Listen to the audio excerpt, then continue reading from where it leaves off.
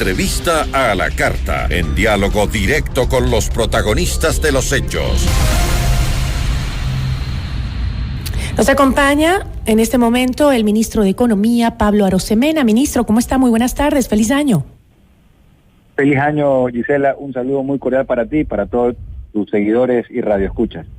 Ministro, escuchaba que usted había explicado que este 2023 se especula una posible recesión a nivel mundial y una inflación que seguirá siendo el principal problema económico, pero también le escuché asegurar que Ecuador apenas se verá afectado por estos desafíos mundiales por las medidas que ha tomado el gobierno. ¿Cuáles son esas medidas que tomó el gobierno para blindar al país de las consecuencias de una recesión económica mundial?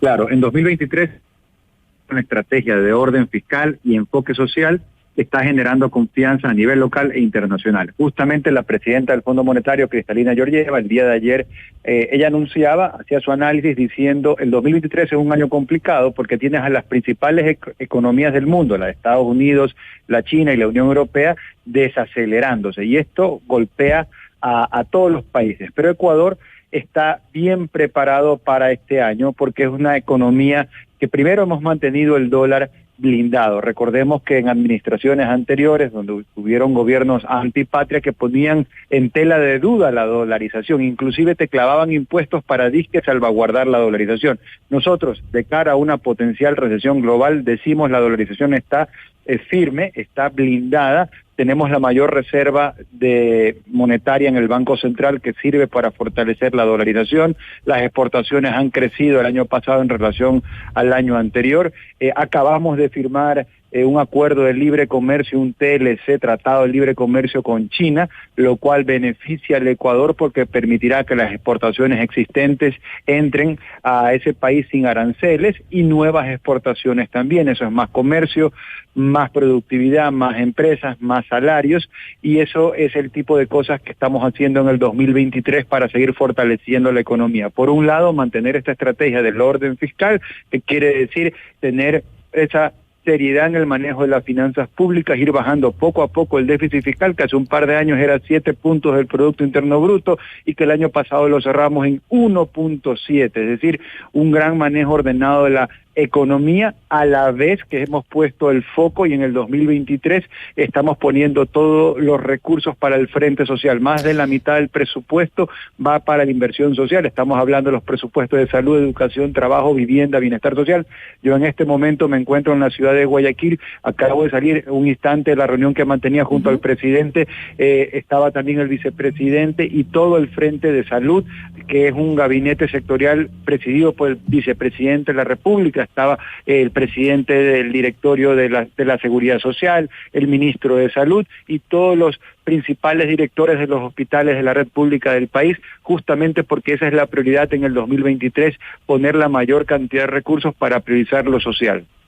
Entiendo entonces que las medidas que el gobierno ha tomado y que ha marcado usted como eficientes para la credibilidad y la confianza del país, se toparon también el año anterior con un paro nacional y la gran inestabilidad política e institucional que se ha registrado en este 2022 que terminó.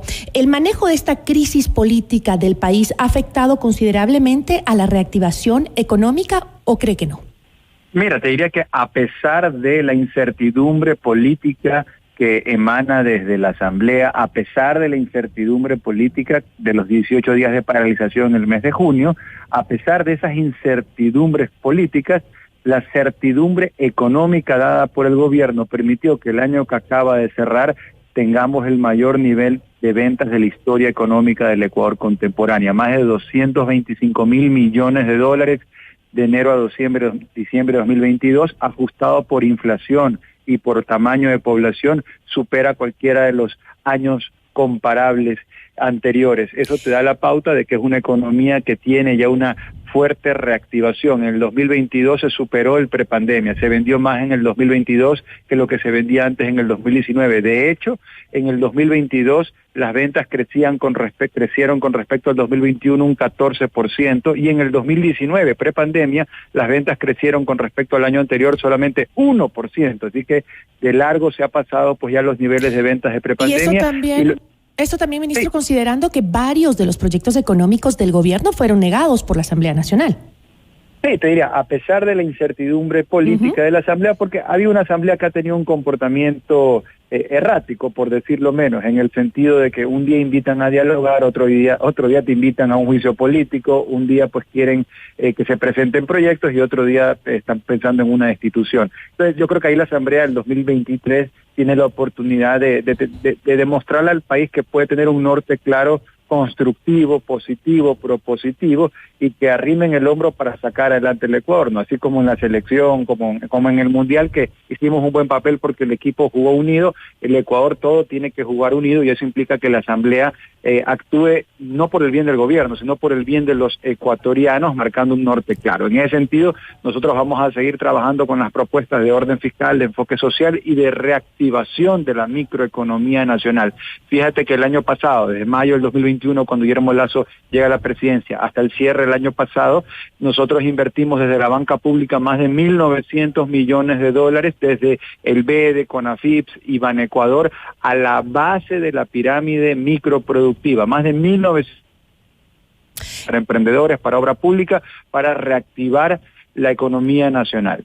Ahora, ministro, frente a este panorama que usted ha hecho, este balance del 2022, que según su información pues ha sido positivo, también entiendo que se espera para este 2023 un aumento del Producto Interno Bruto de entre el 2.5% y el 3.1%. Lo que pone a Ecuador por encima de la media de la región, eso se ha anunciado. Estos datos, aunque positivos, son también cuestionados, o por lo menos les ha generado un poco de preocupación a algunos economistas como Jaime Carrera, que es miembro del Observatorio de la Política Fiscal, y que ha señalado que se necesitan crecimientos consistentes entre el 4% y el 5% durante varios años para que aumente sustancialmente el empleo de calidad y se reduzca también la pobreza, que eso es lo que queremos. ¿Está Ecuador todavía lejos de alcanzar los niveles óptimos de crecimiento económico o estamos cerca, según usted? Mira, lo primero, la proyección que hace el Fondo Monetario Internacional para este año es que lo coloca a Ecuador dentro de ese pequeño, selecto grupo de países que van a crecer por encima del promedio regional. Ecuador, de acuerdo al FMI, crecería 2.7% este año y el promedio regional es de 1.7%, primera cosa. Segunda cosa, el principal problema económico del mundo, como comentabas al inicio, es la inflación. Y justo este año, de acuerdo al FMI, Ecuador tiene la inflación más baja de toda Latinoamérica. Es decir, el principal problema económico que no tenemos gracias a un manejo ordenado de la economía. Y tercero, de acuerdo que siempre hay que buscar hacer crecer más la economía al 4, al 5, al 7%, pero ahí se requiere que no solamente el Ejecutivo pise el acelerador, sino que la Asamblea deje de pisar el freno, porque hoy lo que frena la generación de empleo es la falta de una legislación laboral moderna. En palabras sencillas, que se tengan modalidades de contratación que hagan fácil contratar. Ecuador, de acuerdo al Foro Económico Mundial, en el índice de competitividad global, de un ranking de 190 países, Ecuador no es que está en el top 5, está en el bottom 5. O sea, entre los últimos 5 países del mundo, solamente al lado de países africanos, con una de las modalidades de contratación más rígidas. Y eso, ese candado, ¿quién tiene la llave para abrirlo? La Asamblea es la única que puede cambiar la legislación laboral y hacerla más moderna. Es un código laboral que ya está por cumplir casi un siglo y evidentemente no prepara al Ecuador de cara al 2023. Entonces, de acuerdo que hay que hacer crecer más la economía, pero es importante que la Asamblea sea parte de la solución. Además de la Asamblea, que como usted dice, le pone freno a esta intención de generar empleo o incrementar el empleo pleno, ¿cuáles son los otros obstáculos que también hacen imposible o difícil para que Ecuador tenga o incremente un empleo pleno? Mira, tenemos este año que acabamos de cerrar el mayor nivel de ventas de la historia económica del Ecuador para los años comparables, primera cosa. Ahora, ¿cómo hacer crecer más las ventas? ¿Cómo hacer crecer más la economía? Necesitamos que esas reglas claras que te da el Ejecutivo sean acompañadas por una certidumbre política que no te está dando el Legislativo. Entonces, el riesgo país que termina afectando la capacidad, el costo del fondeo de los recursos que se consigue el sistema financiero local del extranjero, eso está afectado por el riesgo país que a su vez está afectado por la incertidumbre política de la Asamblea. Entonces es importante y ahí hay una oportunidad de mejora del país para tener un riesgo país que refleje los fundamentales de la economía ecuatoriana. Nosotros, cerrando el 2022, fuimos el único país de Latinoamérica con superávit gemelos, cuenta corriente del sector externo positiva y sector público no financiero con saldo positivo. Tenemos la Reserva Internacional del Banco Central la más alta de la historia del Ecuador, la inflación más baja de Latinoamérica, el nivel de ventas más alto de la historia del Ecuador. Además, el índice de confianza empresarial, que es la encuesta anónima que hace el Banco Central a las empresas pymes y las corporaciones, empresas medianas y grandes, en el último dato disponible está en el punto más alto de la historia. Entonces, hay muy buenos indicadores, pero para poder seguir creciendo con fuerza se requiere el apoyo de la Asamblea, como decíamos, no para el gobierno, sino para la ciudadanía, que legisle en favor de la ciudadanía. En este caso concreto, estamos hablando del tema laboral, pero también podemos entrar al tema de seguridad. No puede ser posible que el principal problema del Ecuador es la seguridad y la Asamblea todavía no legisla con fuerza y velocidad para favorecer a los ecuatorianos, fortaleciendo la legislación, en este caso de seguridad. Pero no nos vayamos todavía del tema del empleo, porque a pesar de que sí, el empleo adecuado, que es aquel que es al menos el salario básico y 8 horas laborables al día, sí ha aumentado en el país. ¿Usted cree que ha mejorado de manera suficiente como para producir un cambio sustancial en el mercado laboral y para también reducir la pobreza que tiene nuestro país? El problema del empleo es el problema estructural del Ecuador, es un problema crónico, o sea, no es un problema de ayer ni de hace 10 años, un problema que ha persistido a través de los años y, como decíamos hace un momento, el candado que hay que abrir está en la Asamblea, porque es tener una legislación laboral que permita que sea más fácil contratar. Esto es lo que dicen todos los inversionistas, como te comentaba hace un instante, eso es lo que está plasmado en el índice de competitividad global, que mide justamente en los países qué tan fácil o difícil permiten generar empleo. Y de acuerdo a ese índice que mide a todo el mundo, Ecuador está entre los peores países del mundo. ¿Dónde se cambia eso? En la Asamblea. Entonces, no hay que buscar en un cajón lo que está en otro cajón, digamos. Eso se resuelve, la llave que abre ese candado está en la Asamblea y hacia allá tienen que apuntar todos los cañones ciudadanos. Primera cosa. Segunda cosa, desde mayo de 2021 hasta la fecha se han generado más de 350.000 empleos. Eso es positivo, pero sin duda falta muchísimo. Porque el problema de fondo es estructural, no es un tema solamente de la coyuntura, que obviamente producto del COVID se agravó más el problema de la generación de empleo, pero para poder generar empleos con fuerza se requiere que la Asamblea sea parte de la solución. Eso hasta ahora no ha sucedido, pero siempre comienzos de año hay que ser optimistas y tenemos que ser no solo optimistas, sino generar presión ciudadana y obviamente también desde el Ejecutivo para que la Asamblea permita lo que no ha permitido antes. Recordemos que en el arranque del gobierno ya enviamos una reforma laboral y ni siquiera la leyeron, digamos.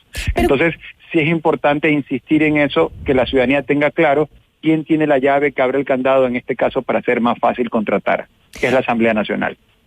Y en el caso de la informalidad, del empleo que está en la parte informal, entiendo que más de 5 millones de ecuatorianos iniciaron este 2023 dentro de ese grupo de la informalidad y con ingresos que tienen un nivel bajísimo, ¿no? Y fluctúan entre los 168 y $200. ¿Qué estrategias va a hacer el Estado en este 2023 justamente para trabajar en ese sector y reducir los niveles de informalidad del país? Claro, la clave aquí es aumentar la capacidad de un Ecuador formal, porque tenemos dos Ecuadores, el Ecuador formal más bien pequeño y el Ecuador informal más bien grande. Fíjate que nuestra estrategia de recaudación tributaria para el 2023 es la de aumentar la recaudación sin subir impuestos, inclusive vamos a seguir bajando algunos. Entonces, ¿cómo es eso posible? ¿Cómo es posible que puedas recaudar más si no subes impuestos?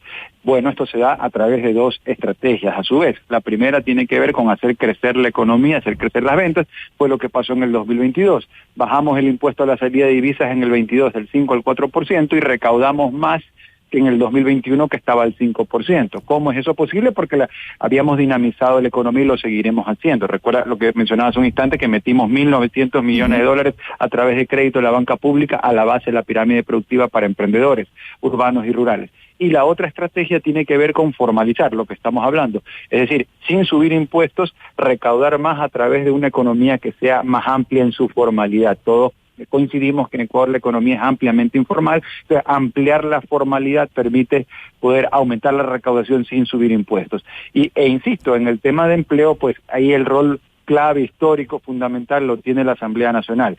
El gobierno envió el proyecto de ley en su momento, ni siquiera fue tratado por la Asamblea. Entonces la Asamblea tiene que sintonizarse con el clamor nacional, que es permitir que sea más fácil generar empleos de calidad a través de una contratación fácil, sencilla, y que permita que ambas partes, emprendedores y trabajadores, se pongan de acuerdo y puedan generar empleos de calidad.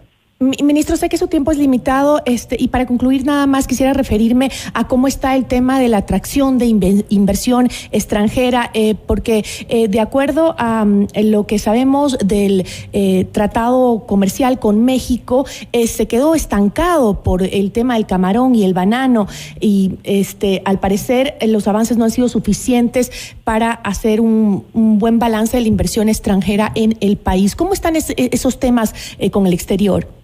Bueno, yo destacaría primero la noticia del día, ¿no? Que es una noticia histórica, un día para anotar. Ecuador firma un acuerdo de libre comercio con China. Ecuador ya se pone de acuerdo, ¿no? De aquí ya vendrán los detalles, ratificación de la Asamblea, pero esto es un día importante porque eso marca esa hoja de ruta definida por el presidente de la República de más Ecuador en el mundo y más mundo en Ecuador, primera cosa. Segunda cosa, en cuanto a generar inversión, tiene que ver lo que acabamos de cumplir hace un par de semanas, de que por primera vez en la historia contemporánea, por primera vez en décadas, Ecuador logra culminar con éxito un acuerdo con el Fondo Monetario Internacional. Todos los acuerdos que el país hizo en los últimos años los incumplió.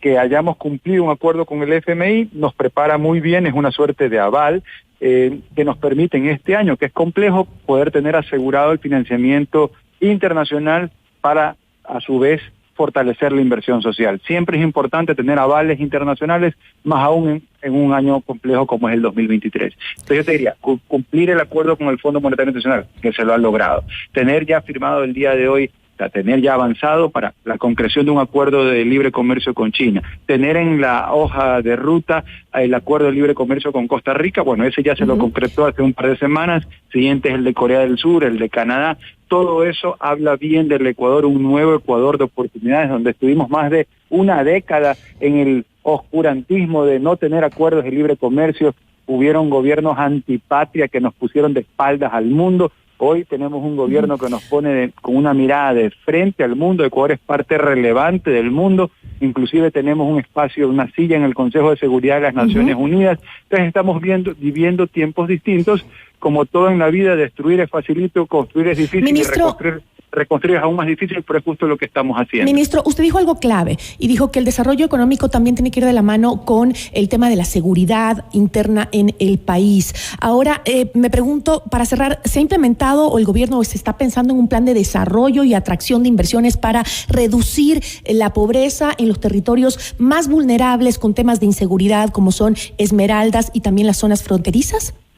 Sí, te comentaría dos cosas al respecto. Una, 2 años atrás, 3 de cada 10 familias en estrato social vulnerable recibían una ayuda social.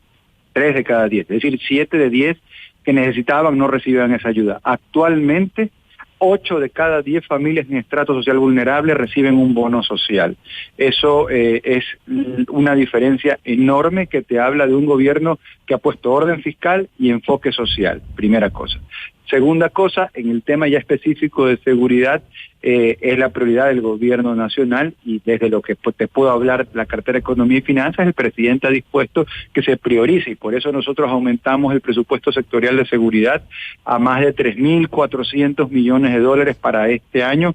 Solamente pensemos en Policía Nacional, donde tendremos 10.000 nuevos efectivos este año. Eso nunca antes, digamos, en la historia contemporánea del Ecuador, se han incorporado tantos policías en un año. Son 10.000 nuevos servidores policiales los que entran a engrosar la seguridad ciudadana, además de 185 millones de dólares para inversión en distintos tipos de equipamiento para la Policía Nacional. Obviamente también se ha fortalecido el presupuesto del Ministerio de Defensa, las Fuerzas Armadas en sus 3 ramas.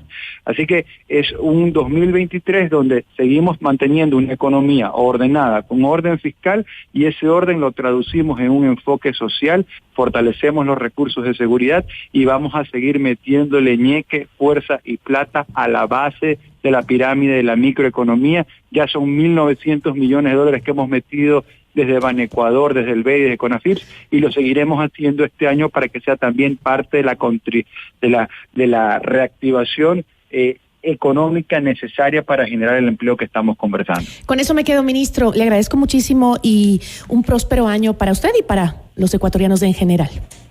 Gracias. Feliz año para todos. Agradecemos al ministro de Economía, Pablo Arosemena, por esta entrevista y nos vamos a una pausa, pero enseguida volvemos.